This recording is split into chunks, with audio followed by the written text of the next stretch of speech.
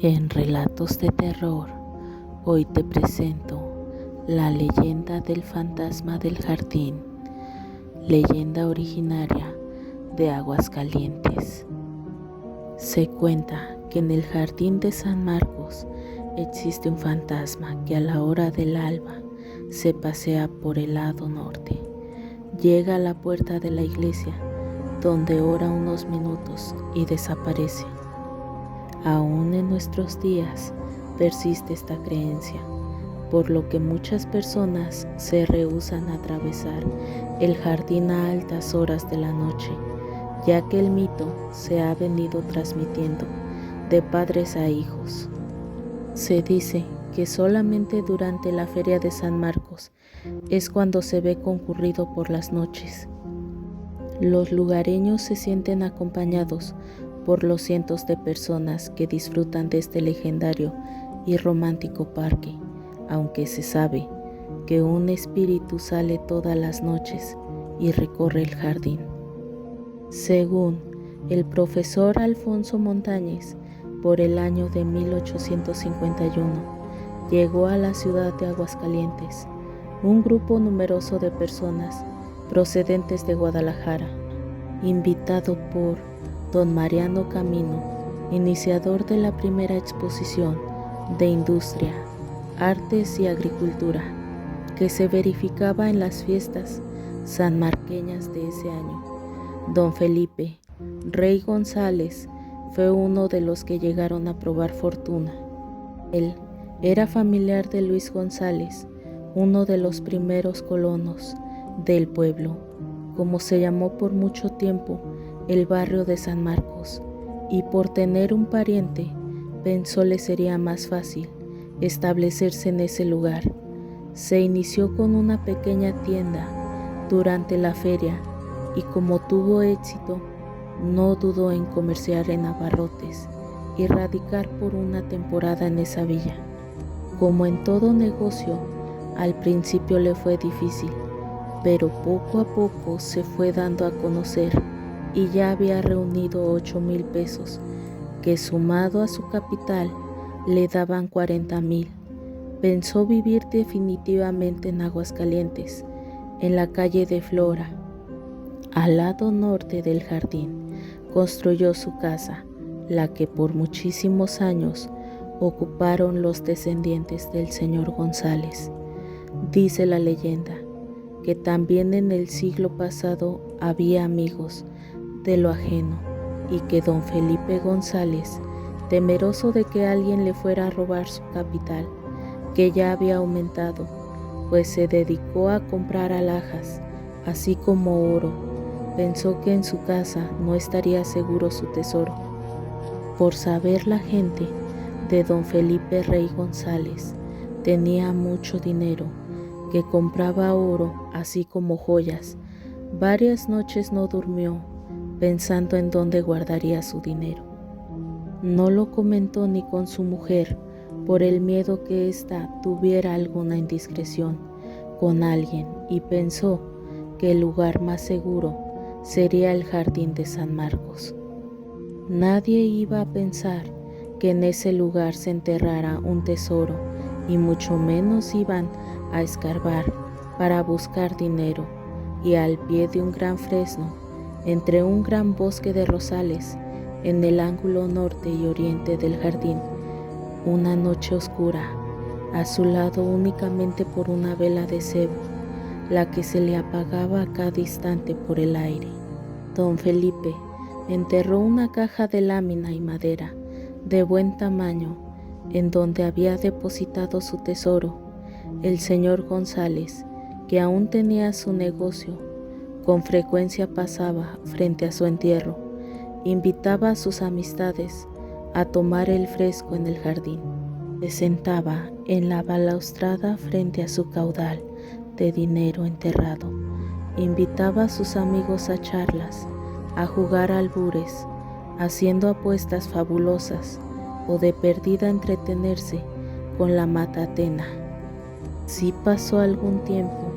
Un día, un grupo de amigos de don Felipe comenzaron a jugar albures.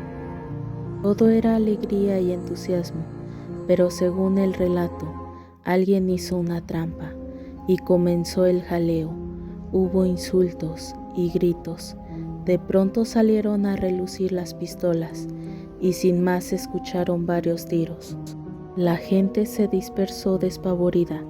A un hombre que corría por la esquina de Flora y Rivera le alcanzó un tiro que lo dejó instantáneamente muerto. 2 más fueron heridos gravemente. Don Felipe Rey González, pálido ante aquel zafarrancho, y no supo qué hacer. Aterrado volteaba a ver su tesoro e inmóvil permaneció un rato en ese lugar, hasta que llegó la policía y sin más se lo llevaron preso, hasta que se aclarara aquel pleito donde había un muerto y 2 heridos. Durante algún tiempo, don Felipe estuvo preso.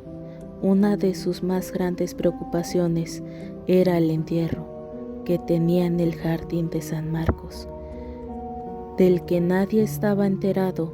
Aquello lo hizo enfermarse gravemente. Tenía una pena moral que nadie conocía y lo que lo estaba acercando a la tumba. El señor González se encomendó a la Virgen del pueblito. Le ofreció parte de su tesoro, así como una misa solemne de 3 padres, orquesta y cohetes, si salía de aquel tormento, y continuaba con su vida normal, ya que él no había sido culpable del pleito. Entre sus amigos, un buen día, sin más ni más, le notificaron a don Felipe Rey González que sería liberado por falta de pruebas. Él no lo podía creer. Se pellizcaba para ver si no soñaba, y al estar frente a la puerta de salida del reclusorio y ver a su familia y amigos, no pudo más que ponerse a llorar. Antes de llegar a su casa, pidió bajarse en el jardín de San Marcos. Caminó por el lado norte hasta llegar a su rosal consentido, en donde estaba enterrado su tesoro, para después disponerse a llegar a su casa, en donde le esperaba una fiesta que le habían organizado sus amigos. Al pasar los días de euforia, tranquilidad y alegría, don Felipe continuó en su vida cotidiana. Hablaba de lo bien que le hacía caminar por el jardín, sentarse en la balaustrada, a recibir el fresco y escuchar el trino de los pájaros.